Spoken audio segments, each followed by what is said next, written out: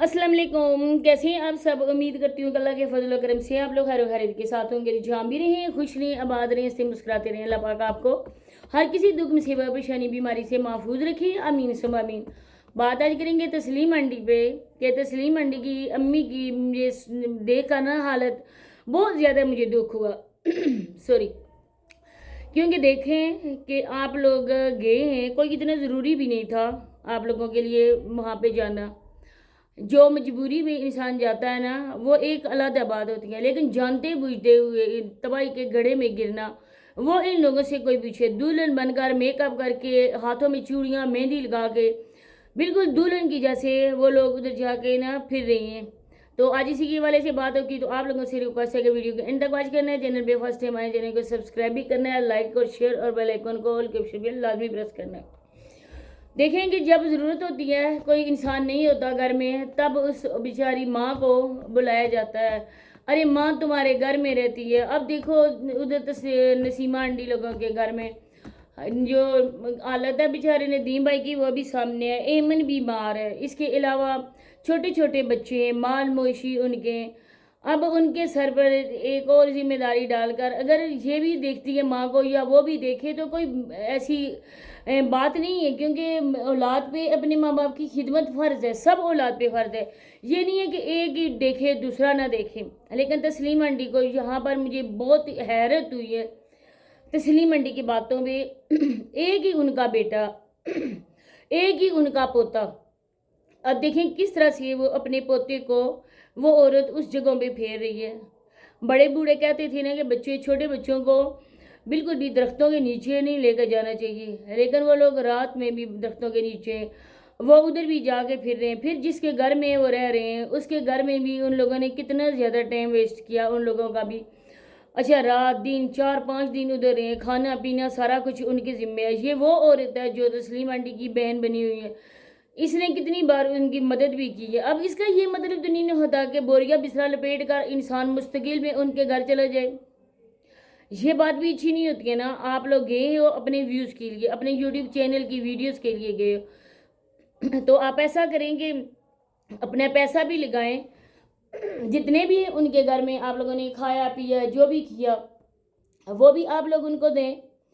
फिर जिस तरह से बच्चे लेकर गई हुई है नजमा और उसका शोहर, जो हर वक्त ये रोना रोते रहते हैं, पैसे नहीं है हमारे पास, इतना कुछ नहीं है हमारे पास, ये नहीं है वो नहीं है।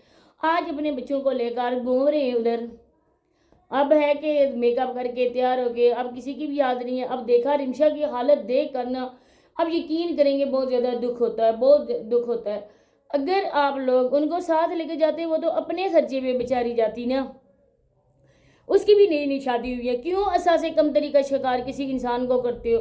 क्यों उसकी सोच उस तरफ मोड़ते हो ना जिसकी तरफ वो बेचारी गई नहीं है?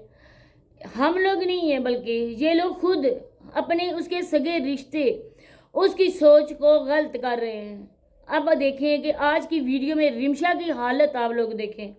अगर रिमशा प्रेग्नेंट है, अगर रिमशा के लिए कहा गया है कि रिमशा प्रेग्नेंट है, तो सोनिया भी तो प्रेग्नेंट है ना। अगर सोनिया जा सकती है तो रिमशा क्यों नहीं जा सकती है? रिमशा भी तो उसी यूट्यूब पे काम करती है ना, वो भी तो कमा के देती है ना अपने सास ससुर को। तो रिमशा आज इतनी परेशान थी और उसका चेहरा देख कर ना इंसान दूसरा भी अफसुर्दा हो जाता है, क्योंकि उसकी भी नई नई शादी हुई है। अब वो औरत भी जा सकती है, लेकिन उसको बिल्कुल दूध में मक्खी की तरह निकाल के बाहर किया गया है। यहाँ पर आप लोग खुद औरतों को मौका देते हो, खुद उनको आप लोग मौका देते हो कि हाँ जी ठीक है ये औरतें करें। अब जिस तरह से साबरा थी आप लोग, साबरा काम करती थी, 1 मिनट के लिए अगर ये बात की जाए तो कोई बुरी बात भी नहीं है क्योंकि साबरा अपने चैनल पे भी काम करती थी, माल मवेशी भी थे, भैंसें भी उसकी थी। अब अगर साबरा कुछ करती तो आप लोग थोड़ा सब्र कर लेते। आप लोगों को तो पता था ना कि ये जावेद इस वजह से हमारे घर में आ रहा है, ये गंदी नीयत से आ रहा है। आप लोगों ने पहले साबरा पे सख्ती करने की बजाय आपने इस सांड को घर से उठाना था। आपने इसको बोलना था कि तुम्हारा हमारे घर में कोई आने जाने का मस नहीं है, क्योंकि हम लोगों को पता चल चुका है। नसीमा आंटी जो बाई इसको बनाया हुआ था, नसीमा आंटी खुद उसको बोलती कि जावेद भाई आप हमारे घर में ना आया करें सॉरी, गला मेरा खराब है, इस वजह से ऐसा हो जाता है। تو آپ ہمارے گھر بھی نہ آیا کریں. تو لوگ اعتراض کرتے ہیں, میری بہو جوان ہے, میری بیٹیاں جوان ہیں, تو لوگ اعتراض کرتے ہیں. آپ اگر آئیں بھی تو باہر بیٹھیں, مجھے بلائیں, جو بھی کام ہے میں آپ کے پاس آؤں گی. لیکن نہیں, انہوں نے کہا تھا کہ میں اس کو اٹھاؤں گی تو میں اپنے سگے بھائیوں کو اٹھا سکتی ہوں, لیکن میں جاوید کو ہرگز نہیں اٹھا سکتی. اور اس کے بعد باقی باتیں آپ لوگوں کے سامنے. اب وہی کام ہو رہا ہے رمشا کے ساتھ. اگر رمشا کو آپ لوگوں نے ٹک ٹاک کا چینل بھی آئی ڈی بھی بنا کے دی, چینل پہ بھی وہ کام کرتی ہے, آپ نے خود اس کو تیز کر دیا, آپ نے خود اس کو سوشل میڈیا پہ متعارف کروایا ہے. اب اگر کل کلا وہ کوئی کام کرے گی, کچھ ایسا کام اگر کرتی ہے, اللہ نہ کرے, اللہ نہ کرے, اللہ پاک اس کو ندیم بھائی کے ساتھ رہنا بسنا نصیب فرمائے, آمین. اللہ پاک ندیم بھائی کو صحت دے, اللہ پاک ان کو جلد سے دستیاب کرے, ہماری تو دعائیں ان کے ساتھ ہیں. اگر وہ کچھ ایسا کرتی ہے تو اس کی ذمہ دار وہ نہیں ہے, رمشا ہرگز نہیں ہے, بلکہ اس کی ذمہ دار بھی یہ لوگ ہیں جنہوں نے اس کو چینل بنا کے دیے.